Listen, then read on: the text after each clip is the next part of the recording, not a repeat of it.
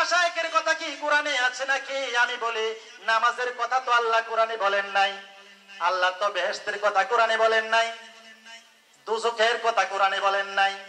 আল্লাহ তাআলা বেহেশত বলেছেন জান্নাত শব্দ দিয়া, আর দুজখের কথা আল্লাহ নার শব্দ দিয়া ব্যবহার করেছেন। নামাজের কথা আমার আল্লাহ সালাত দ্বারা ব্যবহার করেছেন।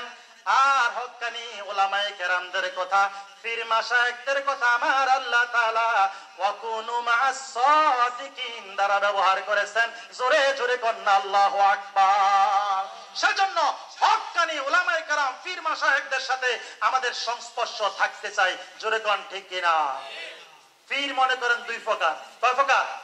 কথা বলেন, কয় প্রকার? আজকে বাংলাদেশের মানুষ না বুঝে মাজারে সিজদা করছে, বাজারে সিজদা করছে, গাছের কাছে সিজদা করছে, বিভিন্ন মিনারের কাছে, বিভিন্ন সৌদের কাছে সিজদা করছে। মনে রাখবেন পীর দুই প্রকার, আউলিয়াউর রহমান, আউলিয়াউশ শয়তান। হক্কানি পীর, শয়তানি পীর। হক্কানি পীর কারা? যাদের কাছে নামাজ আছে, রোজা আছে, হজ আছে, যাকাত আছে, পর্দা আছে, পশিদা আছে, মিলাদ, কিয়াম, সিরাত, সুরত যা আল্লাহর রাসূলের তরিকা অনুযায়ী চলছে, ওরা হচ্ছে হক্কানি পীর। জোরে কোন ঠিক কিনা? আর জোরে বলেন ঠিক কিনা? যাদের কাছে নামাজ নাই, রোজা নাই, জিকির নাই, ফিকির নাই, মুরাকাবা নাই, মুশাহাদা নাই, নিঃসন্দেহে ওরা হক্কানি পীর না, ওরা হচ্ছে আউলিয়াউশ শয়তান। জোরে কোন ঠিক কিনা?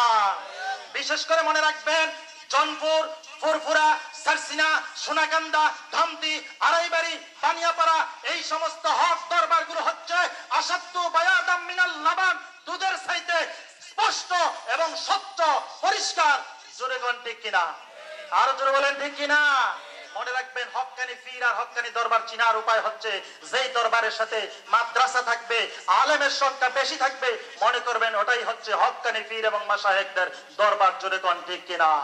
সুতরাং আপনারা ভালো পীর, ভালো আলেম, ভালো উলামা, ভালো দরবার চেয়ে সেখান থেকে নসিহত আনার জন্য, ফায়েজ বরকত আনার জন্য যাবেন, অন্যথায় অন্য জায়গায় গিয়ে মাথা ঝুঁকাবেন না।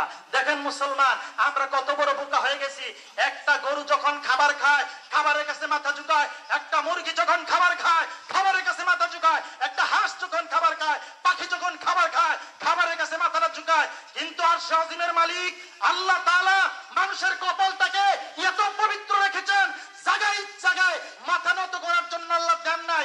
খাবারের কাছে তার মাথা নত হবে না, খাবার তার মুখে আসা আনার জন্য আল্লাহ দুটো হাত ব্যবস্থা করেছেন। আল্লাহু আকবার বলবেন না?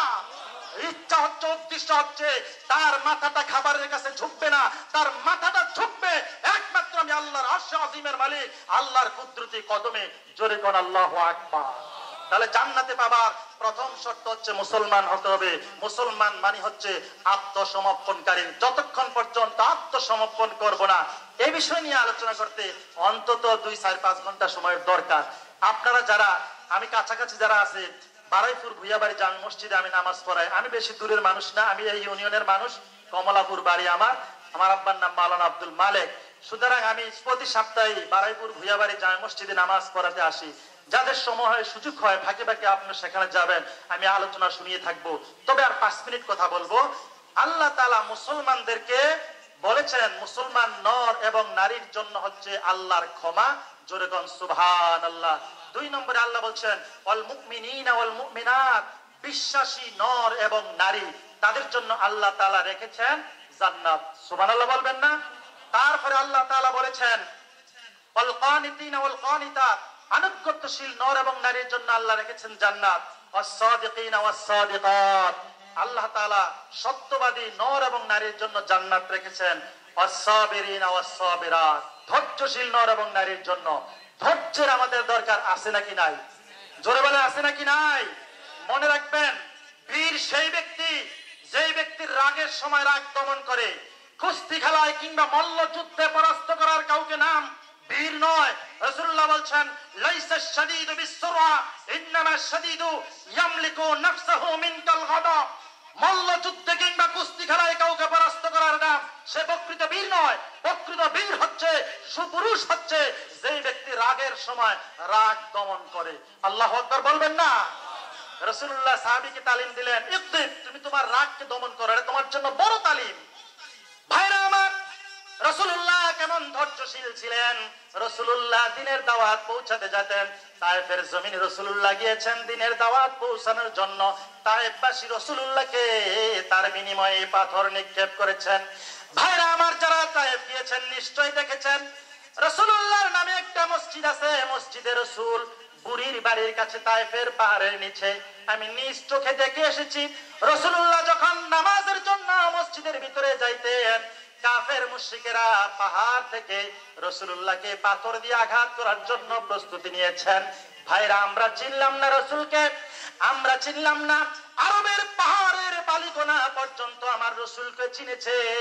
একটা পাথর পাহাড়ের উপর থেকে কাফের মুশরিকেরা রাসূলুল্লাহর উপরে ফেলে দিলেন। এমন সময় ছোট্ট আর একটা পাথর আমার আল্লাহকে বলেছেন, আল্লাহ তুমি আমাকে শক্তি দাও, আমাকে ক্ষমতা দাও, ওই বড় পাথরটাকে আমি ধাক্কা দিয়ে তাকে প্রোটেক্ট করে নেই, আটকিয়ে নেই। সুবহানাল্লাহ বলবেন না? উপর থেকে বড় বিশাল পাথরটা পাহাড়ের উপর থেকে মসজিদে রাসূলুল্লাহর উপরে ফেলে দিলেন, আর ছোট্ট একটা পাথর এসে ওই পাথরটাকে আটকে দিলেন। আজও পর্যন্ত সেই স্মৃতি তায়েফের জমিনে, তায়েফের সেই পাহাড়ে রয়েছে। আমি নিজ চোখে দেখে এসেছি, ছোট্ট পাথরটা বড় পাথরটাকে ধাক্কা মেরে আটকে আছে। মনে হয় যেন পাথরটা সরে গেলে ওই পাথরটা পরে মসজিদটা ভেঙে যাবে। আল্লাহু আকবার বলবেন না? রাসূলুল্লাহর উপর পাথর নিক্ষেপ করলেন, সমস্ত শরীরটা একদম রক্তাক্ত হয়ে গেছে। রাসূলুল্লাহ বসে আছেন, রাসূলুল্লাহ সাল্লাল্লাহু আলাইহি ওয়াসাল্লাম বসে বসে কাঁদছেন, অঝর দ্বারায়। জিবরিল এসেছে, বলছেন, হুজুর আকাশের সব ফেরেশতারা কাঁদতে কাঁদতে বেহুশ হয়ে গেছে, আপনি একবার অনুমতি দেন, আরবের সেই তায়েফের বড় বড় পাথরগুলোকে চাপা দিয়ে আরবের সমস্ত কাফেরদেরকে আমরা শেষ করে দেই। আমার রাসূল বলছেন, আরে সাহাবী, আরে ফেরেশতা জিবরাইল, ধৈর্য ধারণ করতে হবে, ধৈর্যের চ্যুত হওয়া যাবে না। আমি যদি বলি তাদেরকে মেরে ফেলে দাও, তাহলে দ্বীন ইসলামের দাওয়াতটা আমি কার কাছে পৌঁছাবো? সুবহানাল্লাহ বলবেন না? তৎক্ষণাৎ আমার আল্লাহর হাবিব আল্লাহর কাছে দোয়া করলেন, আল্লাহুম্মা হাদি কওমি ফাইন্নাহুম লা ইয়ালামুন। আয় আল্লাহ তাআলা, তুমি রাগ করে কাফের মুশরিকদের উপর তুমি রাগান্বিত হয়ে গজব দিও না। আমি যে নবী তারা বুঝতে পারে না, তুমি তাদেরকে ক্ষমা করে দাও। জোরে জোরে কন্যা সুবহানাল্লাহ। এমনি করে উহুদের ময়দানে যখন গেলেন, মদিনা থেকে 4 কিলোমিটার দূর উহুদের প্রান্তর, রাসূলুল্লাহ যখন উহুদের প্রান্তরে দান্দান মোবারক শহীদ করলেন, রাসূলুল্লাহ যখন আঘাতপ্রাপ্ত হয়েছেন, কাউকে বদদুয়া দেন নাই। রাসূলুল্লাহ উহুদ পাহাড়ের কাছে গেলেন, উহুদ পাহাড়ের কাছে আশ্রয় নেওয়ার সাথে সাথে উহুদ পাহাড় 2 ভাগ হয়ে তুলার মতো নরম হয়ে রাসূলুল্লাহকে আশ্রয় দিয়েছে। সুবহানাল্লাহ, নারে তাকবীর।